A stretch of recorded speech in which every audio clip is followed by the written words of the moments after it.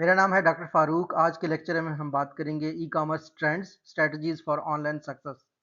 E commerce में कौन से ट्रेंड्स चल रहे हैं आजकल, और अगर आप कुछ ऑनलाइन बेच रहे हैं किसी भी ई कॉमर्स साइट पे, मोबाइल ऐप पे या कहीं पे भी, तो आप कैसे कामयाब हो सकते हैं। इस वीडियो को किसको देखना है? बिजनेस स्टूडेंट्स, बिजनेस एग्जेक्टिव्स और ऑब्वियसली बिजनेस ओनर्स के लिए ये वीडियो बहुत इंपॉर्टेंट और बहुत यूजफुल होगी। सबसे पहली बात तो ये है कि इन सब चीज़ों को आपको जानने की इसलिए ज़रूरत है कि ई कॉमर्स का जो लैंडस्केप है वो चेंज होता जा रहा है। What do we mean by landscape? Landscape का मतलब जो प्लेटफॉर्म्स हैं और उन प्लेटफॉर्म्स के ऊपर जो ट्रेंड्स हैं, जो कस्टमर्स की डिमांड है, वो बदलती जा रही है। दूसरी चीज़ ये है कि जो कामयाबी है वो हमेशा डिमांड करती है किसी भी दुनिया की कंपनी से कि वो ट्रेंड्स के साथ अपडेट हो। अगर अपडेट नहीं होती तो ये दुनिया इतनी बेरहम है कि आप इमेजिन करें, फोर्ड्स दुनिया की इतनी बड़ी कामयाब कंपनी जो 100 सालों तक चलती रही, वो भी 2009 में जाकर बैंकक्रप्ट हुई थी। आपके सामने हैं वालमार्ट, के मार्ट, जैसी पैनी। खासतौर पर जो कॉमर्स ई कॉमर्स के स्टूडेंट्स हैं उनको इस चीज़ का आइडिया होगा। ईबे जो है ना इतने अरसे से एग्जिस्ट करती है, तो आप सबको आइडिया होगा कि अगर ट्रेंड से थोड़ा बहुत भी कोई कंपनी इधर उधर हो जाए तो लोग उनका क्या हासिल करते हैं। तो इस वजह से कंपनीज को अगर कामयाब होना है तो ट्रेंड्स को उन्होंने लाजमी फॉलो करना है। और इस वीडियो को आपके लिए जानना इसलिए भी ज़रूरी है ताकि आपको स्ट्रैटेजीज पता चलें जो आजकल कंपनीज चला रही हैं मार्केट प्लेस पे कामयाब होने के लिए, बिजनेस स्टूडेंट्स के लिए, बिजनेस एग्जेक्टिव्स के लिए और बिजनेस ओनर्स के लिए।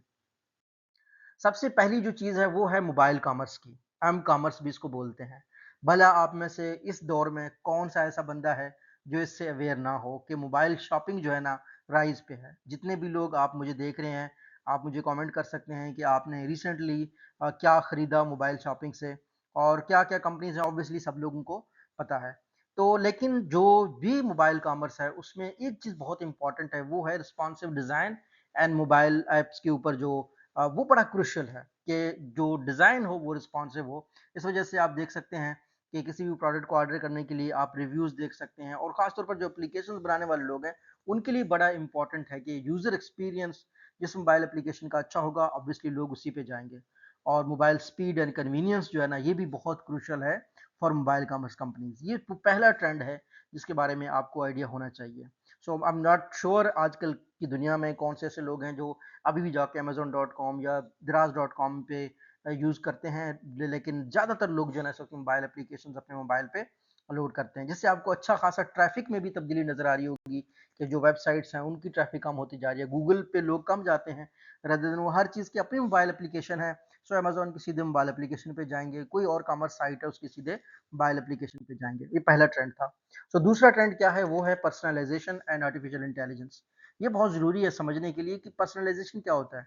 पर्सनलाइजेशन ये है कि मैं एक मैरिड बंदा हूँ और मैं जो चीज़ें ऑर्डर करता हूँ ऑनलाइन अपनी वाइफ के लिए या अपने लिए, तो मुझे इस तरह की चीज़ें दिखाई दें जो एक फैमिली के लिए हूँ, जो एक कपल के लिए हूँ। जब मैं सिंगल था या आप में से जो लोग मुझे देख रहे हैं वो सिंगल है, तो मोबाइल कंपनी से एक्सपेक्टेशन ये होती है कि उनको आइडिया हो कि आपकी क्या प्रोफाइल है based on your shopping experience. इसको टेलर्ड शॉपिंग एक्सपीरियंसेस बोलते हैं कि आप ट्रैक करें। अगर मैं कोई ऑर्गेनिक चीज़ें मंगवा रहा हूँ तो मुझे ऑर्गेनिक चीज़ें रिकमेंड करें, कोई नई ऑर्गेनिक चीज़ आई है उसकी नोटिफिकेशन दें तो मुझे अच्छा लगेगा। लेट्स से अगर मैं मुझे ऐसी चीज़ों की नोटिफिकेशन है जो मेरे से रेलिवेंट ही नहीं है, अगर मैंने पेट रखे हुए हैं तो मुझे पेट अमेजोन की जो साइट हो या दूसरी साइट्स हो वो रिकमेंडेशन देती हैं पेट के प्रोडक्ट्स की। अगर नहीं रखी हुई तो आने का फायदा नहीं है। ये वो किस चीज़ से पता चलता है उनको? पर्सनलाइजेशन से एंड आर्टिफिशियल इंटेलिजेंस से। सिमिलरली जो एआई ड्रिवन प्रोडक्ट रिकमेंडेशंस होती हैं उसका भी यही मतलब है कि बेस्ड ऑन योर प्रेफरेंसेस आपको प्रोडक्ट रिकमेंड की जाए। और इससे क्या होता है? ऑब्वियसली कस्टमर एंगेजमेंट और लॉयल्टी बढ़ती है। एंगेजमेंट का मतलब ये होता है कि कस्टमर को वो दिखाया जाए जो वो देखना चाहता है, कस्टमर से वो बात की जाए जो बात वो सुनना चाहता है, तो उससे उसकी ऑब्वियसली लॉयल्टी भी बढ़ेगी, भले वो कोई भी कंपनी हो। ये दूसरा ट्रेंड था। तीसरा ट्रेंड क्या है? सोशल कॉमर्स का है। आप में से सब लोगों को पता होगा कि शॉपिंग जो है ना सोशल मीडिया पे आजकल बहुत आम है। फेसबुक पे मार्केट प्लेस है। हत्ता कि जो बाकी कंपनीज हैं जिनका बुनियादी मकसद शायद आप लोगों को ऐसा लगता था जैसे कंटेंट दिखाना हो, वो भी कन्वर्ट होती जा रही है सेलिंग में। फॉर इंस्टेंस आपका यूट्यूब है, आपका टिकटॉक है, ये भी आजकल शॉपिंग इंटीग्रेटेड प्लेटफॉर्म्स होते जा रहे हैं। सो आपने अगर लेट्स से इनको यूज करना है trends as a company, as a business individual, as a business student, तो आपकी जो एड्स हैं वो शॉपेबल होनी चाहिए, वो पोस्ट हैं वो शॉपेबल होनी चाहिए। इस वजह से आपको अच्छी खासी कंपनीज का एक ट्रेंड आपको आजकल नजर आ रहा होगा कि वो आप जब उनका ऐड देखते हैं उस पर व्हाट्सएप का लिंक होता है या उस ऐप का लिंक होता है जहां से आप उस ऐप में जाते हैं, ठीक है। और सबसे आखिरी चीज़ ये होती है कि जो कंटेंट जनरेट करते हैं जो आपके कस्टमर्स, उनको आप यूज़ कर सकते हैं शॉपिंग साइट्स, और उसको ऑथेंटिसिटी के लिए यूज़ कर सकते हैं कि लोगों की ये रिकमेंडेशन है, लोग हमारे बारे में ये बोल रहे हैं। बल्कि आजकल बहुत ज़्यादा ऐसा भी होता है कि जो सोशल कॉमर्स की कंपनियां हैं, व्हाट दे डू, कि वो कस्टमर के फीडबैक को पोस्ट करते हैं। ये एक बहुत पुराना मेथड है यूजर्स को एंगेज करने का। आगे हम आते हैं सस्टेनेबल ई कॉमर्स के बारे में। ऑब्वियसली सस्टेनेबिलिटी के ऊपर पूरी दुनिया में बहुत फोकस है।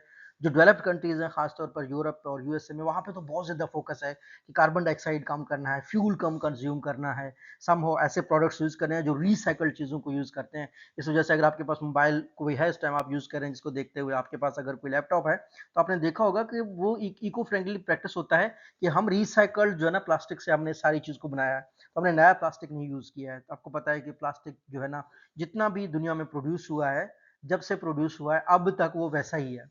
क्यों? क्योंकि प्लास्टिक डिकम्पोज नहीं होता। बाकी जिस तरीके से कपड़े हैं, ऑर्गेनिक फूड को भी चीज़ें होती हैं, या जो वो जो थैले बनते हैं प्लास्टिक के, वो क्या होते हैं, डिकम्पोज हो जाते हैं ज़मीन के अंदर, और अपना शेप चेंज करते रहते हैं, और वो डिकम्पोज होते हैं, इन सिंपल वर्ड्स। तो इस वजह से इको फ्रेंडली प्रैक्टिसेस को बहुत पसंद किया जाता है। ठीक है। दूसरा क्या है, consumers prefer environmentally responsible brands. अगर ऐसा ब्रांड हो जो कहता हो कि हम इस तरह के प्रोडक्ट कम से कम हमने एनवायरमेंट को डैमेज करना है, या हमने ऐसे प्रोडक्ट को यूज करना है जिससे सस्टेनेबिलिटी प्रमोट होती हो, तो ऑब्वियसली कस्टमर्स को पसंद करते हैं। और सस्टेनेबल सोर्सिंग और पैकेजिंग डेफिनेटली बहुत पसंद किया जाता है। बहुत कंपनीज हैं जो इस वक्त जो वर्ल्ड इकोनॉमिक फोरम है, या जिस तरीके से WHO है, वर्ल्ड हेल्थ ऑर्गेनाइजेशन है, और यूनाइटेड नेशंस में तो खास तौर पर उन्होंने क्या किया हुआ, 17 गोल्स दिए हुए सस्टेनेबिलिटी के। तो कंपनीज उन पे काम कर रहे हैं। ऐसी कंपनीज जो सस्टेनेबिलिटी की तरफ फोकस करते हैं, सस्टेनेबिलिटी के गोल्स की तरफ फोकस करते हैं, उनको फंडिंग इजीली मिल जाती है डेवलप्ड कंट्रीज में। सो जो सस्टेनेबल ई कॉमर्स है, ये भी एक ट्रेंड है आजकल के दौर में। उसके बाद क्या है, augmented reality and virtual reality. This is something that is changing the dynamics of e commerce site पे। सबसे ज्यादा इतराज क्या होता है कि जी, जैसे प्रोडक्ट ऑनलाइन नजर आ रहा है वैसे है नहीं। सो लेट्स से दुनिया में बहुत सी ऐसी कंपनी है, फॉर इंस्टेंस एक कंपनी मैथमेटिक्स, जिनके साथ मैंने 2022 में काम किया था। So they were willing to produce something जो बिल्कुल शॉप शॉप की तरह दिखे, यानी ऑनलाइन शॉप हो, उसको कस्टमर जाके एक्सप्लोर करें और उससे जाके प्रोडक्ट्स ऑर्डर करें। इस तरह की आपको बड़ी, इस वक्त चाइनीज 2022 में चाइना की मैं एक रिपोर्ट पढ़ रहा था कि live commerce, live streaming of the commerce बड़ी इंपॉर्टेंट होती जा रही है। खासतौर पर जो टिकटॉक है, इस पे लोग लाइव आके चीज़ें बेचते हैं, और अदर प्लेटफॉर्म्स हैं जहाँ पे जो इमर्सिव शॉपिंग एक्सपीरियंसेस हैं वो डेवलप होती जा रही हैं। सो अगर आपने प्रोडक्ट की ऐसी इस तरीके से प्रोडक्ट विजुअलाइजेशन बनानी है ऑगमेंटेड रियलिटी से या वर्चुअल रियलिटी से, वो बड़ा लोगों के लिए आसान हो जाता है। इलस्ट्रेशंस वगैरह बनाने में आसानी हो जाती है। ठीक है। इससे यह होता है कि कस्टमर की जो रिटर्न है, लेट्स से अगर ऑनलाइन मुझे पता चला कि वही चीज़ मैं ऑर्डर कर रहा हूँ, जो चीज़ एक्चुअली में फिजिकली भी मेरे पास पहुँचेगी, तो क्या होता है, रिटर्न कम हो जाती है और कस्टमर सेटिस्फेक्शन ऑब्वियसली बढ़ती है। सो ये एक ट्रेंड है जिसको जानने की ज़रूरत है बिजनेस एग्जेक्टिव्स को, स्टूडेंट्स को, और सारे जो लोग हैं बिजनेस ओनर्स हैं उनको, कि ये टेक्नोलॉजी आपने यूज़ करनी है अपने बिजनेस में। अच्छा, एक चीज़ बहुत ज़रूरी है जिसको मैं प्रैक्टिकली खुद भी करता आ रहा हूँ 2011 से, डिफरेंट कंपनीज को एडवाइस करता आ रहा हूँ, और जो चीज़ एज अ कस्टमर भी मुझे नजर आती है कामयाब कंपनियों में, वो क्या है, वो ओमनी चैनल एक्सपीरियंस है। ओमनी चैनल का मतलब ये है कि सिंगल चैनल का आपको एक्सपीरियंस मिले। इसकी बेहतरीन मिसाल ये है कि सीमलेस एक्सपीरियंस अक्रॉस प्लेटफॉर्म। आप जब भी किसी हेल्पलाइन पे कॉल करें, तो आपको अक्सर जो है ना, अगर आपने बात करनी है, जो हेल्पलाइन के बंदा है, उसके लिए वो आपने ज़ीरो प्रेस करना होगा। जिस तरीके से बैंकिंग हो, चाहे वो टेलीकॉम हो, आप सबको पता है कि यार ज़ीरो प्रेस करने से मैं जो है ना एजेंट से बात करूँगा, जो भी जिस कंपनी का सेल्समैन होगा। बिल्कुल ऐसे ही आपने ई-कॉमर्स साइट में क्या करना है, अगर आप जैसा आप ऑनलाइन एक्सपीरियंस है कस्टमर का, वैसे ऑफलाइन होना चाहिए। जैसा उनका फेसबुक पे एक्सपीरियंस है, वैसे इंस्टाग्राम पे होना चाहिए, वैसे टिकटॉक पे होना चाहिए, वैसे वेबसाइट पे होना चाहिए। ऑफलाइन, ऑनलाइन सब कुछ सीमलेसली जो है ना, सिमिलर एक्सपीरियंस कस्टमर को आपने देना है। ऑफलाइन और ऑनलाइन एक्सपीरियंसेस को कंबाइन करना है, और कस्टमर का डाटा यूज करके आपने पर्सनलाइज्ड इंटरेक्शंस करनी है। सो लेट्स, अगर आपका एक कस्टमर आपको ऑनलाइन इंटरेक्ट करके करते हैं, आप उसके ज़्यादा रिस्पेक्ट से बात करते हैं, तो ऑफलाइन भी रिस्पेक्ट से बात करें। सो उनको ऐसा फील ना हो कि भाई वहाँ पे तो बिल्कुल डिफरेंट रवैया है, यहाँ पे बिल्कुल डिफरेंट रवैया है। सो कस्टमर एक्सपीरियंस वक्त के साथ साथ टॉप अप्रोच कंपनीज का बनता जा रहा है। कंपनीज ने क्या किया हुआ है कि कस्टमर एक्सपीरियंस, एक चीफ कस्टमर एक्सपीरियंस हायर कर रहे हैं। बड़ी दुनिया की कंपनियां, खासतौर पर अमेजोन का चीफ कस्टमर एक्सपीरियंस है, जो सिर्फ कस्टमर को ओमनी चैनल प्रोवाइड करने पे हेल्प करता है। तो ये एक ट्रेंड है जो कि बिजनेस के लोगों को पता होनी चाहिए। और ये एक स्ट्रैटेजी है आपके लिए कि आप ओमनी चैनल को बनाएं ताकि आप कामयाब हों। देखते हैं दूसरी स्ट्रैटेजी क्या है, वो है डाटा ड्रिवन डिसीजन मेकिंग। यानी अगर आप ऐसे ही डिसीजन मेकिंग करते हैं, फॉर इंस्टेंस पुराने ज़माने में होता था कि कस्टमर का आपके पास डाटा लगा है, आप सबको मैसेज फेंक दो, हर बंदा नाराज़, यार क्या किस टाइम पे मुझे मैसेज कर रहे हैं आप लोग। तो ये बहुत ही गलत रवैया था। आपने कस्टमर के बिहेवियर और प्रेफरेंसेस को देखना है, जो चीज़ जिसको नहीं पसंद वो आपने उसको भेजना ही नहीं है। ठीक है, कस्टमर का मैं अक्सर इस ये कहता हूँ कि ज़्यादातर जो कंपनियां हैं वो इस चीज़ पे फोकस करें, कस्टमर का डाटा लेना है, डाटा लेना है, डाटा लेना है। लेकिन बहुत कम कंपनियां जानती हैं कि डाटा लेकर उसको यूज कैसे करना है। सो जो बिहेवियर है उसको आपने एनालाइज करना है, प्रेफरेंस के मुताबिक कस्टमर को चीजें रिकमेंड करनी है, ना कि उसको हवा में तंग करके उससे कुछ चीजें मांगनी है। ठीक है, तो दूसरी चीज क्या है, आपकी ऑफरिंग्स जो है ना वो भी कस्टमाइज होनी चाहिए, ऑप्टिमाइज होनी चाहिए, प्राइसिंग बड़ी क्लियर होनी चाहिए। और मार्केटिंग स्ट्रेटजीज का सिर्फ एक ही मकसद है मार्केटिंग का, कि आपका प्रॉफिट ज्यादा हो, रिटर्न ऑन इन्वेस्टमेंट ज्यादा हो। ऐसी मार्केटिंग भी आपने नहीं करनी जिससे आपका खर्चा ज्यादा हो और आपको बदले में पैसे ना मिल रहे हो। डाटा कस्टमर का आपने बड़ा केयरफुली यूज करना है। ऐसे ही कोई खास, अगर आप एक कंपनी के मालिक हैं तो आप खुद, छोटी कंपनी है तो आप इस चीज का इंचार्ज बने कि कस्टमर को क्या क्या मैसेज भेजे जा रहे हैं। ज्यादा बम्बारमेंट ऑफ मैसेजेस नहीं करनी। मैसेज आपने तब करना है जब आपको श्योर हो कि आपका मैसेज कुछ सेल्स में कन्वर्ट होगा, वो कस्टमर की डिस्टर्बेंस नहीं क्रिएट करेगा। और खास तौर पर ये हमारी मैं जब टेलीकॉम में काम करता था, मैसेजिंग या ये डाटा ड्रिवन कैंपेन्स वगैरह में, तो हमारी ये एक फोकस होती थी कि हम 8 बजे के बाद कस्टमर को मैसेज नहीं करते थे। तो ये आपने नहीं करना। आपने महीने में ये करना है कि हम कस्टमर को 5-10 दफा से ज्यादा डिस्टर्ब नहीं करेंगे। कहीं ऐसा ना हो जाए कि आपका ज्यादा डिस्टर्ब करना, आपका ज्यादा उनको मैसेज करना डिस्टर्बेंस क्रिएट करें। जब तक आपको benefit in terms of return ना हो, इन टर्म्स ऑफ प्रॉफिट ना हो, तब तक आप डेटा बेस्ड डिसीजन मेकिंग में कस्टमर के साथ इंटरेक्शन कम से कम करेंगे और उसको पॉजिटिव रिजल्ट में यूज करना है आपने।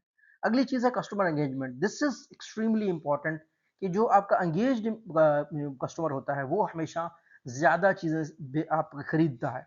जो आपका कस्टमर एंगेज होता है वो अपने आसपास के दोस्तों में आपके बारे में जिक्र करता है। तो इस वजह से आपने कस्टमर के साथ जब भी रिस्पांस देना है, पॉजिटिव रिस्पांस देना है, आप उनके साथ स्माइल से बात करेंगे, उनको रिस्पेक्ट देंगे, तो वो डेफिनेटली उसका जिक्र करेंगे। इससे वो एंगेज होंगे, सेल ज्यादा करेंगे, चलती फिरती आपकी मार्केटिंग हो जाएंगे। ये एक स्ट्रैटेजी है अगर आप कामयाब ई कॉमर्स साइट होना चाहते हैं। लाइव चैट, चैटबॉट्स और सोशल मीडिया एंगेजमेंट भी डेफिनेटली आपने यूज करना है। आपको पता है बेसिक जो कस्टमर्स के सवाल होते हैं, फॉर इंस्टेंस रियल स्टेट में बहुत ज़्यादा ऐसा होता है। मैं खुद इस चीज़ में बहुत स्ट्रगल करता हूँ रियल स्टेट कंपनीज के साथ डील करने में। दे they are very bad in responding to the customer, maybe their customers are high value customers हैं, है ना, एक बंदे ने कॉल करनी होती है और अब मुझे तो बहुत ज़्यादा ऐसी साइट से कॉल्स आती हैं, खास फॉर इंस्टेंस जो रियल स्टेट पे मेरा इंटरेस्ट आजकल डेवलप हो रहा है, तो बहुत ही बुरा एक्सपीरियंस है। उसके बदले में आप कॉमर्स साइट थोड़ी सी बहुत बेहतर हो गई हैं, बट सोशल मीडिया एंगेजमेंट पे आपने कभी भी सारी चीज़ें चैटबॉट्स के हवाले नहीं करने। तो इस वाले से बहुत ही जो है ना, एक मेरे पास एक फ़नी एक्सपीरियंस जो मैं आपके साथ शेयर करना चाहता हूँ कि इंडियन एयरलाइन ने एक बॉट को इंट्रोड्यूस किया पहली दफ़ा, जो कस्टमर के इंटरेक्शन करता था, और एक कस्टमर का सामान दिल्ली पहुँच गया और वो बेंगलोर पहुँच गया। तो उसने इंडियन एयरलाइन को मैसेज किया कि thank you for this great service, I reach to Bangalore and my luggage reach to some other city, जहाँ पे वो जा रहा था। आई एम नॉट श्योर वो कौन सी सिटी थी। तो ऊपर से जो बॉट था उसने जवाब दिया कि वी आर हैव हैप्पी कि we have provided you such a great experience. So most of the time जो चैट बॉट्स होती हैं वो समझती नहीं हैं कि मजाक कहाँ पे हो रहा है अभी इस लेवल पे। मे बी इन फ्यूचर वो बहुत ज़्यादा जो है ना बहुत ज़्यादा बेहतर हो जाए। सो मैं अपने आप को चैट बॉट का एक्सपीरियंस देता हूँ। मैं पिछले दिनों एक किताब पढ़ी है, वो किताब का टाइटल है I can see you naked. वो एक प्रेजेंटेशन के ऊपर बहुत बेहतरीन किताब है, बट जब मैंने चैट जीपीटी से कहा कि I can see you naked का मुझे समराइज करना, तो चैट जीपीटी को बुरा लगा। फिर मैंने उसको कंटेक्स्ट बताया कि ये तो एक बुक है जिसकी मैं समरी आपसे मांग रहा हूँ। तो फिर उसने कहा कि माय अपॉलॉजीज, मैं नहीं समझ सका। सो इसी तरीके से आपने स्ट्रॉन्ग रिलेशनशिप अपने कस्टमर के साथ बनाना है, वो तभी होंगे जब ह्यूमन टू ह्यूमन इंटरेक्शन का आप उनको एक्सपीरियंस देना है। तो आपने एंगेज रखना है अपने कस्टमर को फॉर बेटर एक्सपीरियंस। उसके बाद क्या चीज स्ट्रेटजी है, वो है इन्फ्लुएंसर कोलेबोरेशन। आपने हमेशा इन्फ्लुएंसर्स के साथ, खास आजकल तो टिकटॉक का दौर है, तो आपके जो इन्फ्लुएंसर्स हैं वो कस्टमर के साथ ज़्यादा इंटरेक्ट करते हैं, उनके पास प्लेटफॉर्म बहुत अच्छे हैं। तो आप प्रमोशन के लिए आपने इन्फ्लुएंसर्स को पार्टनरशिप करनी है। ये एक स्ट्रेटजी है अपनी चीज़ को ज़्यादा सेल करने की, बट मेक श्योर कि इन्फ्लुएंसर आपके प्रोडक्ट जैसा ही हो। फिटनेस का प्रोडक्ट है तो आपने किसी एथलीट को चूज करना है, ठीक है। सो इसीलिए लीजिए अगर आपका प्रोडक्ट हेल्थ से रिलेटेड है तो आपने किसी डॉक्टर को इन्फ्लुएंसर के तौर पर चूज करना है। इसमें आपने बड़ा केयरफुल रहना है। Authentic promotion of the product तभी हो से होगी, ठीक है। दूसरी बात ये कि इन्फ्लुएंसर्स की वजह से आपकी क्रेडिबिलिटी भी बढ़ती है। कोविड-19 आया था तो गवर्नमेंट ने उन लोगों को सिलेक्ट किया था कोविड-19 के अवेयरनेस स्प्रेड करने के लिए जिनकी क्रेडिबिलिटी थी। जिस बंदे की क्रेडिबिलिटी ना हो, जिस इन्फ्लुएंसर्स की, उसको कभी भी इश्तहार नहीं मिलते। इश्तहार उन लोगों को मिलते हैं जिनका रिस्पेक्ट होता है सोसाइटी में, थोड़े से इन्फ्लुएंसर और नॉलेजेबल लोग होते हैं। सो अगली स्ट्रेटजी क्या है, वो है कंटिन्यूस इनोवेशन की। आपने हमेशा इनोवेट करते रहना है, इमर्जिंग टेक्नोलॉजीज को एक्सेप्ट करना है, एक्सपेरिमेंट करना है न्यू ट्रेंड्स के साथ, और जो भी चेंज होती है कस्टमर के डिमांड में उसके हिसाब से खुद को चेंज करना है। यहाँ पे मैं एक किताब का जिक्र करना बहुत जरूरी समझता हूँ। किताब का नाम है क्रिएटिविटी इंक। उसका आथर कहता है कि जो नई कंपनियां हैं वो हमेशा अगली बेबी पे फोकस करते हैं, वो है इनोवेशन। यानी इतनी ज्यादा फोकस करते हैं इनोवेशन के ऊपर कि उनको पैसा कमाने का तरीका ही नहीं आता। जो पुरानी कंपनियां हैं वो क्या करती हैं, वो करती हैं ज्यादा फोकस पैसा कमाने के ऊपर। पुरानी टेक्नोलॉजी से पैसा इतना कमाने की कोशिश करते हैं कि वो नई टेक्नोलॉजी को एक्सेप्ट नहीं करते। सो द वे फॉरवर्ड क्या है, वे फॉरवर्ड ये है कि आपने हमेशा बैलेंस क्रिएट करना है, ठीक है। जो जो आप पुरानी जो टेक्नोलॉजी है उससे पैसे कमा रहे हैं, साथ साथ नई टेक्नोलॉजी को भी एक्सेप्ट करना है, उसको पे खर्चा करते रहना है। और ये नहीं होता कि आप अचानक किसी चीज को चेंज करें। आपने चेंज जो है ना वो आहिस्ता आहिस्ता लानी है, और लोगों को अब्रप्ट चेंजेस, आपके कस्टमर्स को भी बहुत बुरा लगेंगी, ठीक है। तो कंटिन्यूस इनोवेशन और इम्प्रूवमेंट आपने लानी है। आखिरी चीज कंक्लूजन के बारे में मैं यही कहना चाहूंगा कि जब तक आपको ट्रेंड्स का पता नहीं है तब तक आप बेहतर कंपनी नहीं बना सकते, जब तक आप कस्टमर को गाइड नहीं कर सकते। फिर सिर्फ अवेयरनेस होना जरूरी नहीं है, इम्प्लीमेंट करना उसको जरूरी है। अगर इम्प्लीमेंट करने जाएं तो इनोवेशन को हमेशा वेलकम करें, कस्टमर एक्सपीरियंस को वेलकम करें, ताकि आपकी ग्रोथ हो। ग्रोथ ऐसी हो जो लॉन्ग टर्म, ये नहीं है कि आपको हाइप मिले, आपने कस्टमर से ज्यादा पैसे हथिया लिए, बाद में कस्टमर आपके भागे जा रहे हैं कहीं पे, ऐसा आपने नहीं करना। सो मुझे उम्मीद है कि ये वीडियो तमाम बिजनेस स्टूडेंट्स के लिए, बिजनेस एग्जीक्यूटिव्स के लिए यूजफुल रही होगी। अगर आपके कोई फर्दर क्वेश्चंस हैं तो आप मुझे चैट बॉक्स में मैसेज कर दीजिएगा। अल्लाह हाफिज।